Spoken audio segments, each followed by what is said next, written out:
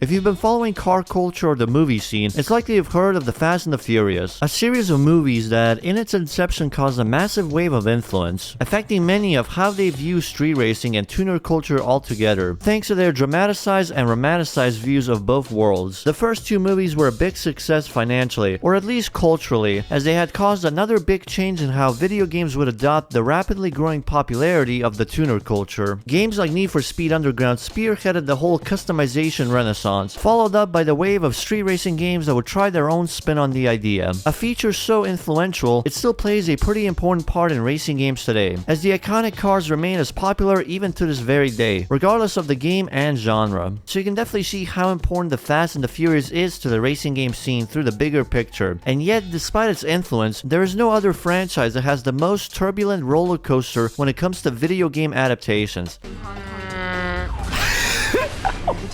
What is happening to the cars, man? Front flips, back flips, just casually falling off a building as well, you know? Just a normal day in Russia, it seems. It's just bizarre. Like, the movies had all the schematics needed to make an exciting and interesting video game. Fast, cool looking cars, check. Intense racing action, check. Endearing characters, you name it. Even from just watching the first two movies, you can kind of see a lot of similar ideas that have been played around with and experimented during the black box era of Need for Speed. Yet, despite being around for over 20 years, arriving near the peak of racing game popularity, I can count the amount of good games in the franchise with one hand. So what happened here exactly? From what I've seen as of currently, the plans to create a video game adaptation of the Fast and the Furious game began the moment the first movie became a sensational hit. The game was mainly handled by Universal Studios' video game publishing house, which at the time had a hand in bangers like the Crash Bandicoot and Spyro the Dragon series. The development, meanwhile, was handed over to Genki, the Tokyo Extreme Racer Genki. Overall, the game would revolve around the idea of taking players through a ton of missions in order to become the top driver of all time, which definitely sounds like a Genki game. As for the cars, they would effectively cover 28 branded cars from both Japanese and American manufacturers, with the cars from the movies like the Toyota Supra and Dodge Charger getting showcased a lot, while the story will basically take place in both Los Angeles and Miami to tie into the first movie and its sequel, which was currently under production as well. The first few glimpses of the game can even be seen through a special trailer from the Too Fast, Too Furious Extra options, which is unfortunately where most of the remaining footage came from besides IGN's exclusive gameplay footage. Unfortunate events would strike Universal, as it would go through massive reformation years after the acquisition by Vivendi. There was also a bit of friction between Genki and Vivendi, as they felt the game was way too American and out of their comfort zone, as Genki had always developed a very Japanese-centric racing game. But the big one was a rumor of an impending lawsuit coming from Rockstar, as they felt this new Fast and Furious title was infringing on the same territory as the Midnight Club games. This eventually led to the cancellation of several projects, which included the Genki-developed Fast and Furious title, effectively removing the first adaptation from a possible future release. In fact, it would take another couple of years for another company to pick up the rights and produce the first console adaptation, as Bandai Namco took the rights to develop a first Fast and Furious title, resulting in this game. If I were to describe this game, it would be the closest Genki would ever have as a competitor to the TXR series. Not only does the game cater to Japanese highway fans, but also mountain toge and drift fanatics as well. It has a ton of car selection, so much that they had to split the dealerships and scatter them all over the map, which I can appreciate as a way to make people explore the open map. But the game also features a selection of Western cars. Some of these cars have restricted customizations, but when you do get them, they can be exceptional. Granted, they had to, considering Han's RX-7 had become an icon with its Veilside body kits, which basically means you can get some cool official visual customization all over the game, or get some bizarre fictional customization you'd rarely see nowadays. You don't even have to watch the movie to enjoy the game, since it has a very light story presence, but if you do, the Easter eggs and references are scattered around.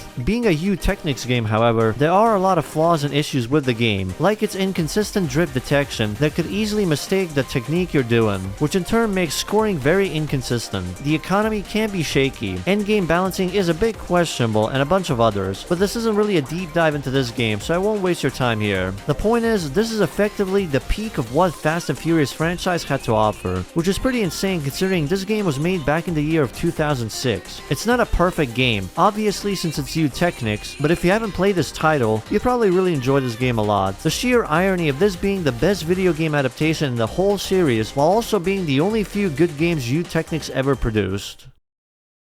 Other games in the franchise during this era can be described as mainly cheap cash grabs made for Java and mobile devices, which I guess is fitting considering where the whole thing even started. In 2004, the second game of the franchise came out as an arcade game. I personally have never tried this game beforehand, and arcade emulation is still mostly a mystery to me, but the game from what I've seen is pretty much the box standard arcade racer you'd expect. Extremely zany and over-the-top track designs all over the world. A bunch of car selections that is going to be tied to your account, and the upgrades that will eat up into your budget since you only get one upgrade per play attempt. Pretty much similar to what you would experience today if you played One Gun Midnight Maximum Tune. However, the game was massively criticized by fans of the movies for just being another cash grab by Raw Thrills, as it basically had very minimal involvement to the movie besides the branding and a few car customization. With similarities levied against Midway's and Nintendo's Cruisin' franchise to rub salt onto the wound. And for the next couple of years, the chaos caused by the sudden shift of Universal Game Publishing, they never truly tried to capitalize on the rising trend of street racing games. Between the arcade game in 2004, the Tokyo Drift in 2006, and finally to the soft reboot of the franchise, there are only Java mobile adaptations and some early iPhone titles. Looking in hindsight, it's hard to not say that this is all Universal's fault and their lack of care with handling the franchise in regards to multimedia efforts. The fact that they kept greenlighting cheap mobile titles and never truly taking the initiative to basically turn the franchise into yet another street racing video game giant that could easily rival the likes of Need for Speed if they simply tried, showcases how much they don't really care or lack of risk-taking. Although if the rumors were true, then we could possibly also blame Rockstar for shafting this entire franchise.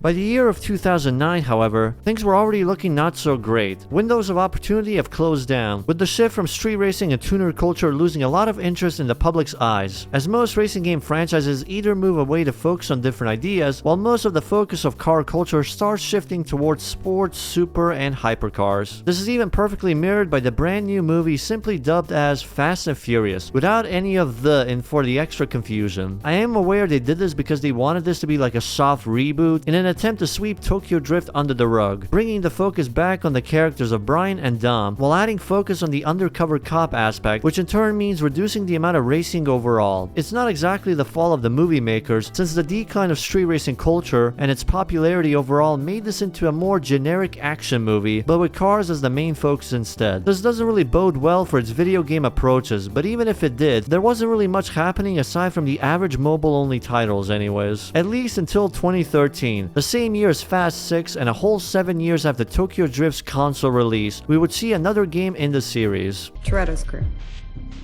No, another one. And they are dialed in and dangerous as hell. They've been running jobs from Hong Kong to Berlin. And every time someone gets close, they get robbed.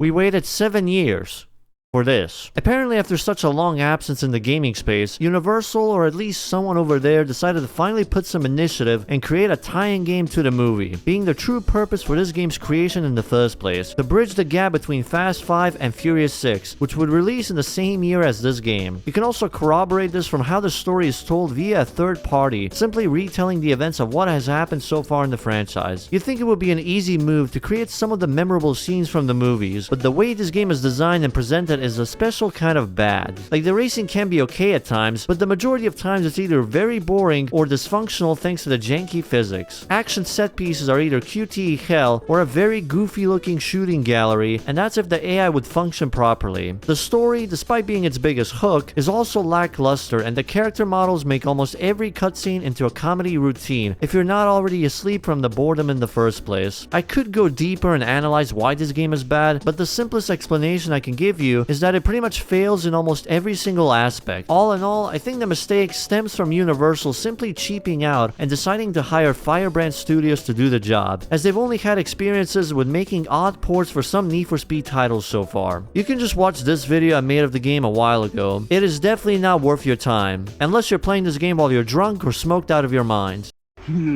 Tato, zobacz, jakie fajne. Jakie fajne. Ja pierdolę 6+2. You know you've created one hell of a stinker when even IGN gave you a lower rating than a 7 out of 10, let alone a 2.5 out of 10. That is an absolute war crime beyond any measures. It certainly feels like a bad omen. 7 years of nothing, and it immediately kicks off with arguably one of the worst racing games ever released to this day. Maybe that's why they went with another long hiatus, since the closest thing that happened soon after this was the Forza Horizon 2 collaboration DLC. It was fairly harmless and arguably the best thing for the franchise when it comes to anything game related after the modern era. A brief but pretty consistently okay experience to have, even if it's a bit limited due to only using the French portion of the map, especially once players start realizing how much this DLC recycles from the base content of Forza Horizon 2. Yet the bar was so low that this genuinely feels like a magnificent experience to have for anything related to Fast and Furious in this era. Although since this was apparently a free DLC for a limited time, it's definitely quite the steal for anyone able to grab it back then. You basically got some of the iconic cars from the franchise and several extra hours worth of both new and recycled content to go through. Although it really sucks not being able to carry over the cars earned in this DLC to the base content, which is probably caused by it being treated like a standalone DLC to begin with. It does explain why a lot of the features that were in Horizon 2 are missing. Like there's not a single hit of economy to spot. Everything is unlocked from simply beating events and activities. But surely even if this DLC feels bare bones, it should give the people at Universal some clue as to what people would like to see with the Fast and Furious game at its most basic. Just a functional racing game with some solid handling and physics. Is that too much to ask for?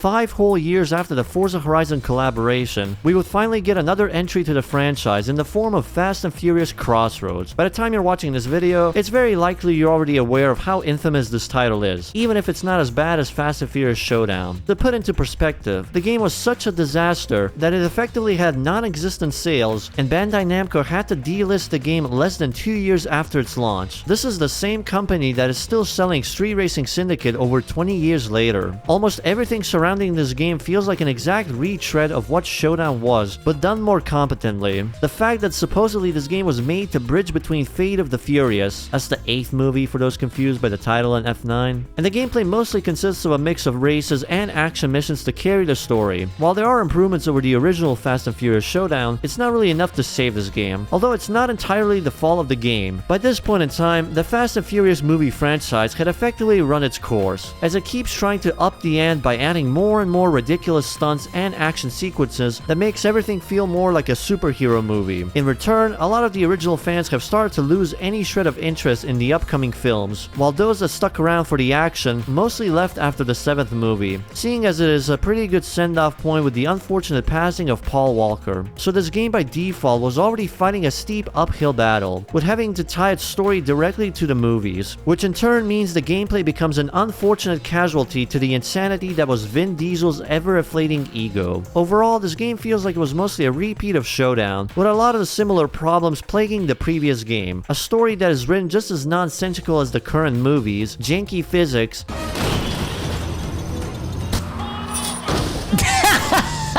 Pulled him into the water. missions that either takes things way too over the top or just outright boring. At this rate, the best they could have done for any future game is to either touch on the older era, taking us back to the early movies where things were a lot simpler, but at least to remind us of the glory days of the tuner culture. Anything just to stay away from being tied to the modern era movies and its increasing ridiculousness.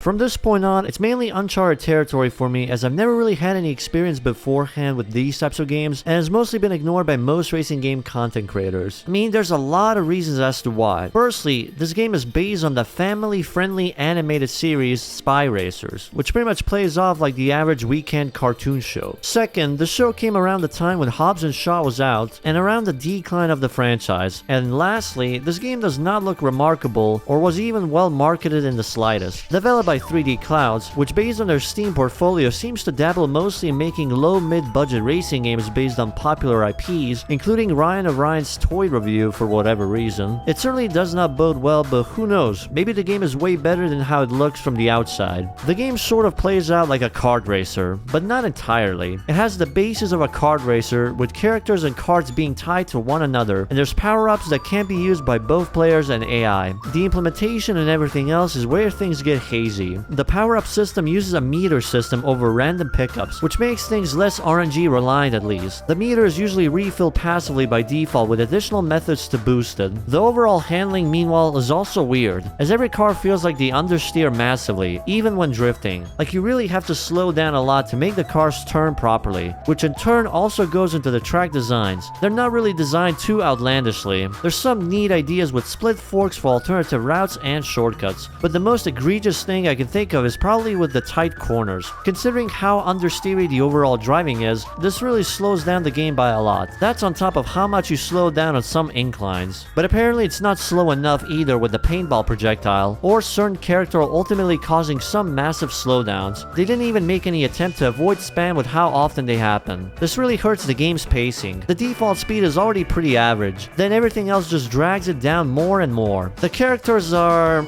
honestly, I don't really know any of them in the slightest. There doesn't seem to be any character from the mainline movie anyways, so you'll have to educate me in the comment section. Even the story sounds like a generic cartoon plotline of making a tournament arc in order to beat some villain group called the Shifter. Like, the only one that actually caught my eye is Tony Toretto for obvious reasons. Each character has their own cars, and so far they don't seem to have anything different stat-wise, besides voice lines and the ultimate abilities. The way to earn them is only from the direct purchases in the machine shop, including some alternate car colors, background music, stickers, and decoration, which I guess gives people a reason to keep grinding and repeating races, but I doubt it'll somehow remain engaging after a while. Even with all 21 tracks, the game just plays way too similarly and sluggishly the whole way. Even on the hardest difficulty, the most challenging thing comes from the amount of power-up spam that happens. However, if there's one thing this game deserves to be known as, it is at the very least not as bad as Crossroads or Showdown, but it still pales in comparison to Tokyo Drift. It may have its own issues and seem really cheap, but the game works consistently enough. There's nothing much I would consider terribly bad in here, besides the item spam. But now we're finally in the year 2025, where everything finally culminates and everyone awaits how fast X Part 2 or 11 would pan out. Seeing as how the last movie was not really that well received, it may still be a while until we get any news of the movie. So instead, we got one more game to cover, although it's likely to be a very short one. The name of the game alone is simply Fast and Furious Arcade Edition, which pretty much tells you everything you need to know. An attempt at recreating a 2004 arcade title, except this time the game is only available on consoles. No PC port whatsoever has been announced or shown, and by the looks of things, I think we're not really missing much, honestly. The game has a severe lack of content, as it only features a limited number of cars and tracks, with a $30 price tag. The most I can compliment are the insane track designs, which seem to follow similar ridiculousness as the original arcade game, but the graphics, or rather the art style alone, is very jarring to look at, because it kind of feels like one of those fake mobile game ads you'd see every now and then. It just doesn't feel or look like it's worth the asking price, with the amount of content it's offering. Like, you can outright buy way better indie games for cheaper if you're really looking for games to play at the same price or even lower. And this game isn't really important if you're a fan of the movies either, so this ends up just feeling like another cash grab title. Circling back to the stigma that most movie tie-in games used to receive back in the early eras of gaming, where companies simply expected brand recognition to heavily carry the sales alone. But in our current year, such a thing happens very rarely due to the decline of Hollywood, with even more confusion caused by the transition towards streaming subscription, which in turn made movies a lot less impactful or even as memorable as they were in the past. And it's unfortunately a very real situation this franchise is currently going through. The Fast and the Furious as it began was a blockbuster hit that not only shaped how the world would perceive car culture and inadvertently affect the development and scope of racing games, but as the series declines, falling into more of a generic action flick, it signals just how late the series was to capitalize on any multimedia ventures it could have acquired. It's criminal how this franchise, despite being around for over 20 years now, has only received 6 proper game adaptations, and only one of them can be considered close to being great. Maybe in another universe that Genki Fast and Furious game would have actually been released, and the franchise would have been there to rival Need for Speed in terms of influence, but unfortunately, we are not in the same timeline. Seeing the direction the movies are going currently, and how the franchise has been handled so far, it is very unlikely that we'd ever get anything good out of this franchise for video game adaptations.